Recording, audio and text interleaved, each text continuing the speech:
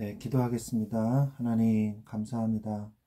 오늘도 예수 그리스도 안에서 우리를 말씀으로 시작할 수 있게 해주셔서 감사를 드립니다.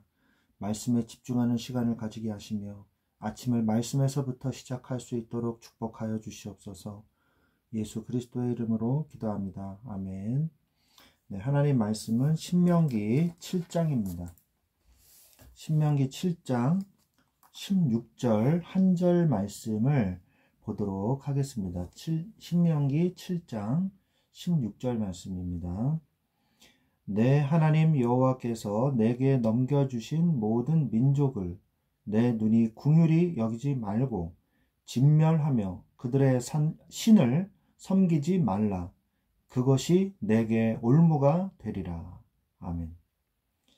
네, 하나님께서는 모세의 설교를 통해서 이스라엘 백성에게 다시 한번 주의를 주십니다. 그게 바로 뭐냐? 하나님께서 가장 염려하시는 게 뭐냐? 하나님을 섬기지 않고 하나님을 불신하는 것. 그래서 멸망할까?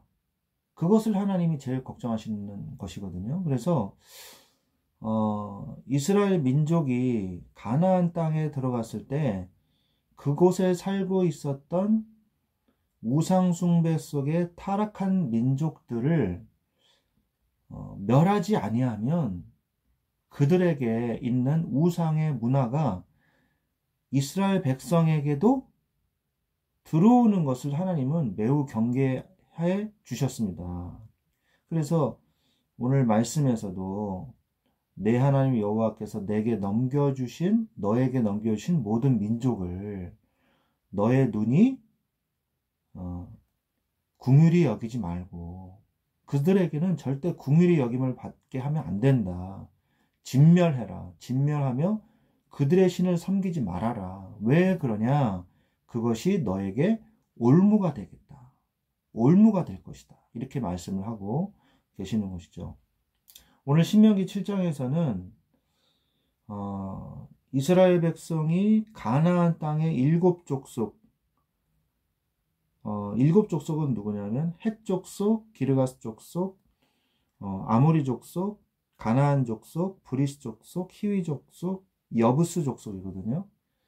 이 대표적인 일곱 족속을 반드시 멸하고 살려두지 말고 불쌍히 여기지도 말고 그들과 친족을 맺지도 말고 결혼도 하지 말라는 거죠.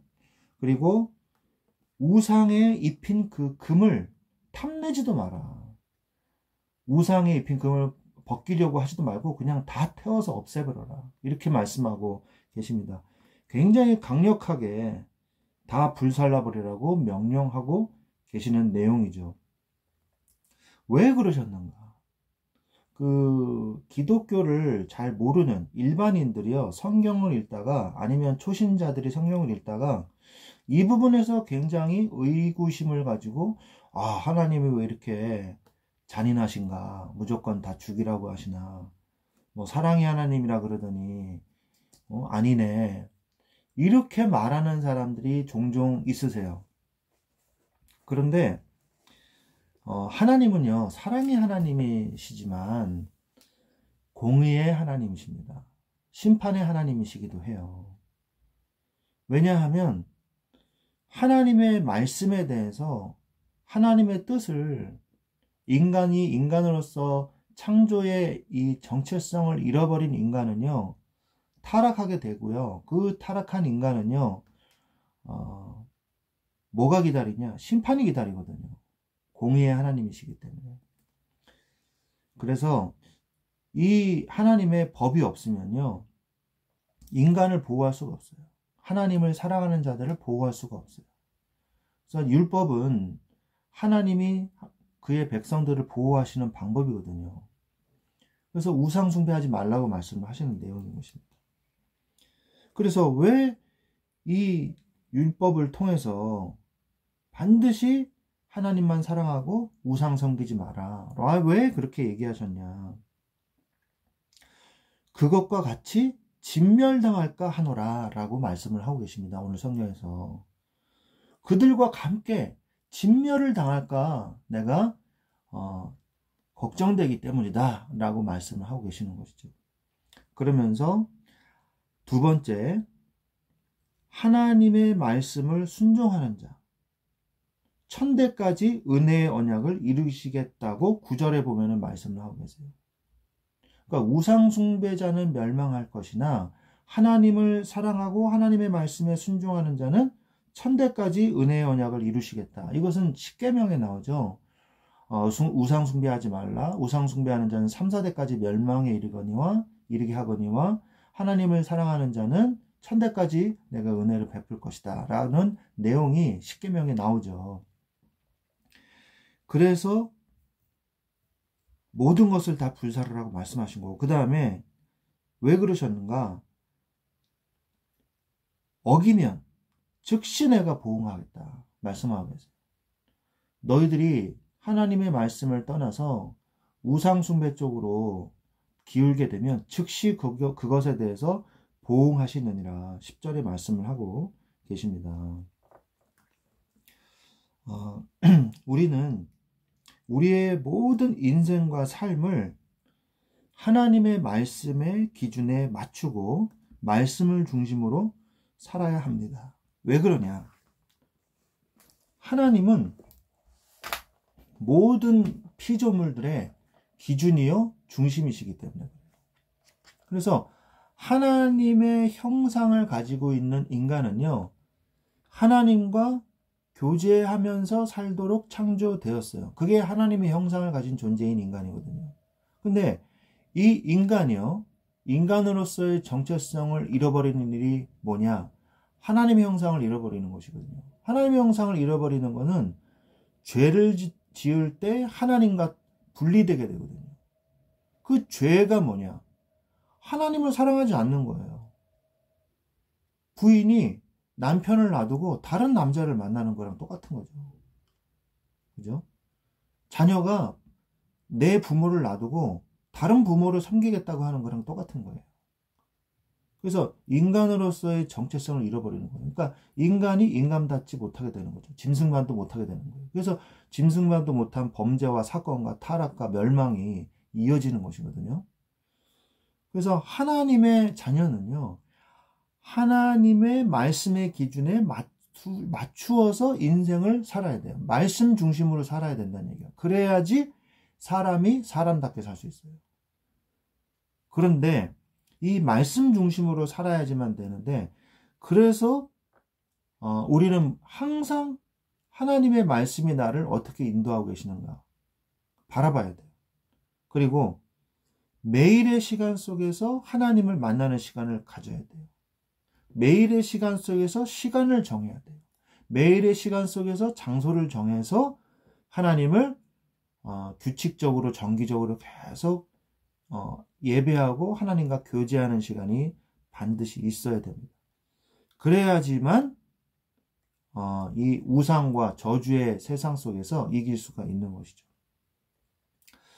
사실은 이 세상이요, 이 가나안 땅과 같습니다. 이민족들이 살고 있는 가나안 땅과 같아요. 세상의 문화가 지금 얼마나 타락을 했습니까? 악한 것을 선하다고 이야기하고요, 선한 것을 악하다고 이야기해요. 서로 저마다 자기 말이 맞다고 주장하면서 타락해 가고 있습니다. 그래서 무엇이 기준인지 절대적인 기준이 없어요. 그러니까 무엇이 선인지도 몰라요. 그러니까 자기가 악한 일을 하면서도 선한 일을 하고 있다고 착각하는 사람들이 너무나 많은 거예요. 그래서 그 죄에 대해서 이것이 죄니라 하고 기준을 삼아 주시는 것이 바로 하나님의 말씀이거든요. 하나님의 말씀이에요. 아브라함이, 그 전에는 아브라함의 그 조상들이 뭐였어요? 갈대아 지역의 우르라는 도시에서 우상을 만들던 사람들이었단 말이에요. 그런데 하나님이 그들을 백성을 부르면서부터 하나님의 자녀로서 구분되어진 것이고, 그래서 하나님은 그들에게 율법을 통해서 무엇이 죄고 무엇이 선인지, 무엇이 악이고 무엇이 선인지 알려주셨단 말이에요.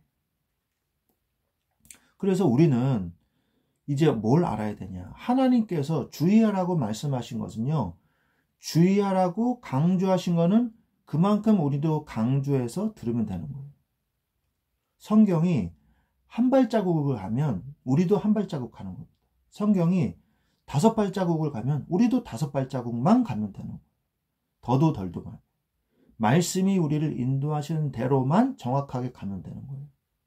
근데 물론 구약 성경이고 신약이 아니지만 하나님이 제일 경계하시는 게 뭐냐? 절대로 우상 숭배하지 마라. 세상의 문화에 물들지 마라라는 것이거든요. 왜 하나님이 다 진멸하라 그랬냐?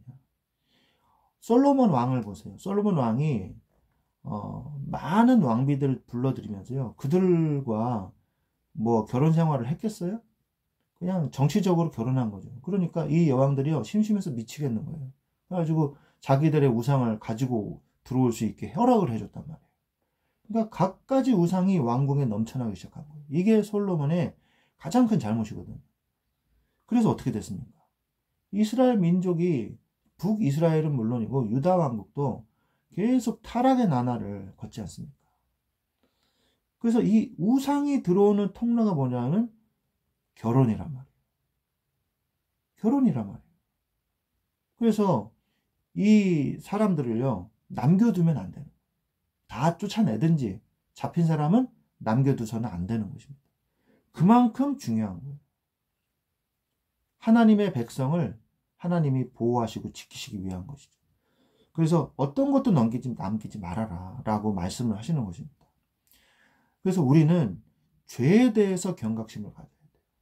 어떤 사람은요, 이 죄라는 경계선이 이렇게 있으면 죄라는 경계선에 가까이 가서 놀아요. 그래서 죄를 지을랑말랑 하다가 죄라는 경계선을 넘어가 버려요. 다시 회복하지 못하는 정도로 넘어가 버려요. 그렇게 되면 안 되거든요. 죄라는 경계선에서 멀리 떨어져서 우리는 있어야 됩니다. 가까이 가려고 그러면 안 돼요. 이 정도는 뭐 죄 안 지니까. 이 정도는 뭐 죄가 아니야. 이러면서요. 아슬아슬하게 노는 성도들이 있어요. 그러면요. 언젠가는 선을 넘어갑니다. 언젠가는 배교를 해요. 언젠가는 큰 잘못을 저질러요. 그래서 자기 자신이 부끄러워가지고요. 교회를 못 가는 사람들도 있더라고요. 괜찮다고 해도 못 와요. 아휴, 이러면서. 그래서 오랜 시간을 시험 들어가지고 고민하고 방황하고 그런 성도들이 많거든요. 우리가 굳이 죄하고 가까이 가가지고 죄 근처에서 우리가 살 필요는 없지 않습니까? 그래서 오늘 말씀에서 죄에 대해서 원천적으로 차단을 하라는 얘기예요. 하나님이. 죄를 원천적으로 차단해라. 어떠한 죄가 들어오는 경로도 허락해서는 안 된다. 그리고 두 번째, 될 수 있으면 멀어져라. 될 수 있으면 죄와 멀어져야 합니다. 왜? 우리는 아직 완전한 단계가 아니란 말이에요. 구원은 받았죠. 구원은 완전한 구원을 받았습니다. 그러나 우리의 삶과 우리의 죄성은요, 아직 남아있단 말이에요. 100% 성화가 되지 않았기 때문에. 영화로운 단계에 들어가지 않았기 때문에. 그거는 이제 천사와 같은 존재가 됐을 때, 예수 그리스도께서 재림하셨을 때, 우리가 천국 백성이 실제로 천국으로 갔을 때, 그때는 영화로운 존재가 되잖아요. 그때는 형제, 부모 관계도 없어지고 천사와 같이 되리라. 예수님께서 말씀하셨잖아요. 그랬을 때 우리가 죄에 대해서 완전한 통제력을 가지고 죄와 멀어져 버렸지만 그 전까지는요. 이 세상에서 우리가 살고 있기 때문에 죄에 대한 경각심을 가지고 우리가 죄성이 아직 남아있기 때문에 될 수 있으면 죄와 멀어져야 돼요. 그런데 그게 잘 안 되죠. 그럼 어떻게 해야 되냐? 제가 그걸 좀 이따 말씀드리겠습니다. 결론적으로. 그래서 성경에서 예수님은요. 마태복음 5장 30절에 보면은 네 오른손이 죄를 지으면 찍어서 내버리라 그랬어요. 찍어서 내버려라. 뭐 도끼 같은 걸로 찍어서 손을 잘라버리라는 거예요. 진짜 손을 자르라는 얘기는 아니고 하나님께서, 예수님께서 그만큼 단호하고 철저하게 죄를 버리라는 거예요. 네 손이 찍어서 버리우는 게 차라리 낫다. 네가 죄를 지어서 네 온몸이, 네 영혼이 죄 지옥에 떨어지는 것보다 네 손이 하나 잘리는 게 차라리 낫다 이렇게 말씀하시는 분 계시거든요. 그만큼 죄에 대해서 단호하고 철저하게 죄를 배격해라 라고 말씀을 하고 계시는 거죠. 그런데 아까 말씀드린 것처럼 죄를 안 지어야지 하면서도 죄를 짓는단 말이에요. 그게 인간의 나약함이거든요. 내 의지로 잘 되질 않아요. 또 개가 토한 것을 다시 먹듯이 지은 죄를 또 지어요. 알면서도 또 지어요.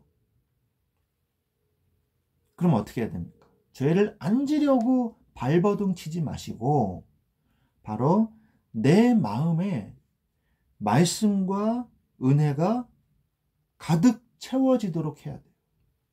그래서 죄가 들어올 공간이 없게 만드셔야 돼요. 여러분, 빈 시간에 뭐 하십니까? 빈 시간에 죄를 지으려고 하고 바쁜 사람은요, 딴 생각을 못해요. 그런데 죄 지으려고 마음먹은 사람 이외에 자신의 일에 바쁜 사람은요, 죄 질 생각도 못한단 말이에요. 그러니까 여러분의 빈 시간을 없애세요. 빈 시간에 뭐 하냐? 말씀을 읽고 기도하고 예배드리고 은혜 받고 거기에 집중하세요. 내 마음속이 하나님의 은혜로 가득 채워지게 하십시오. 사단에게 틈을 주지 말라는 얘기예요. 그러면서 두 번째, 다른 죄가 들어갈 틈이 없게 하면은 어떤 일이 벌어지냐? 죄를 이기게 돼요. 죄의 유혹을 이기게 됩니다. 내 의지로는 이길 수가 없어요. 그러나 하나님이 주시는 성령의 충만함의 능력과 의지로는 이길 수가 있습니다. 그래서 하나님이 나를 주장하시도록 내 마음과 생각과 영혼에 말씀과 기도와 은혜가 가득 차게 하여 주시옵소서 라고 기도하셔야 되는 거예요. 그래서 여러분이 늘 제가 처음에 얘기했죠. 항상 매일 시간을 정해서 장소를 정해서 하나님을 만나기를 힘쓰십시오. 하나님과 교제하기를 힘쓰세요. 그러면 승리할 수 있어요. 그러면서 죄를 또 지었어요. 그러면 낙심하지 마시고 하나님 앞에 진심으로 내가 죄를 또 지었습니다. 하나님, 나의 죄를 용서하여 주옵소서. 내가 다시는 또 다른 죄를 짓지 않도록, 다시 또 죄를 짓는 어리석은 자가 되지 않도록 나의 연약함을 불쌍히 여겨 주시옵소서. 나의 죄를 회개합니다. 나를 불쌍히 여겨 주시옵소서 하고 하나님 앞에 나아가면 돼요. 그래서 1년에 10번 짓던 게 다음에는 5번, 그 다음에는 3번, 그러면 2번 이러면서 내가 점점 어떻게 돼요? 성화되어져 나가거든요. 회개를 통해서 성화되어져 나가는 거예요. 그래서 나는 그리스도께로 점점 가까이 가게 되는 것입니다. 여러분들이 신앙생활은요, 어떤 사람은 어렵다 그러기도 하고 어떤 사람은 쉽다 그러기도 하고 그래요. 어렵다 그러는 사람은 자기 의지로 영적 싸움을 하고 자기 의지로 막 싸우고 이러니까 힘든 거예요. 쉽다 그러는 사람은요, 하나님께 모든 걸 다 맡기니까 쉬운 거예요. 여러분은 쉬운 싸움을 하겠습니까? 어려운 싸움을 하겠습니까? 어쨌든 간에 우리가 하나님의 말씀이 내 마음에 담겨지면 내가 주께 범죄치 아니한다고 말씀하고 고백하고 있지 않습니까? 그죠? 내가 주께 범죄치 아니하려 주의 말씀을 내 마음에 두었나이다 라고 고백하지 않습니까? 오늘 여러분의 삶 속에서 인생에 나를 자꾸 넘어뜨리는 그 올무가 되는 죄와 우상의 세력 다 제거하여 주시고 주의 말씀이 은혜가 내 마음에 영혼에 가득 차게 하여 주시옵소서 라고 기도하는 오늘 하루가 되시기를 주 예수 그리스도의 이름으로 축원드립니다. 기도하겠습니다. 하나님 감사합니다. 주님께서 우리에게 날마다 승리할 수 있는 비밀, 이 예수 그리스도의 복음, 하나님의 말씀을 주심을 감사를 드립니다. 이 주의 말씀이 우리의 영혼과 마음과 생각이 가득 차게 하셔서 죄를 지을 생각조차 하지 않게 하여 주시옵시고 우리를 주의 은혜로 지켜 주시옵소서. 죄를 완천적으로 차단하게 하시고 단호하고 철저하게 죄와 떨어지게 하시고 내 의지가 아닌 하나님의 강권적 능력으로 하나님의 말씀만 따라가는, 하나님을 따라가는, 죄를 따라가는 자가 아닌 하나님을 따라가는 하나님의 자녀가 되게 하여 주시옵소서. 감사하며 주 예수 그리스도의 이름으로 기도드렸사옵나이다. 아멘.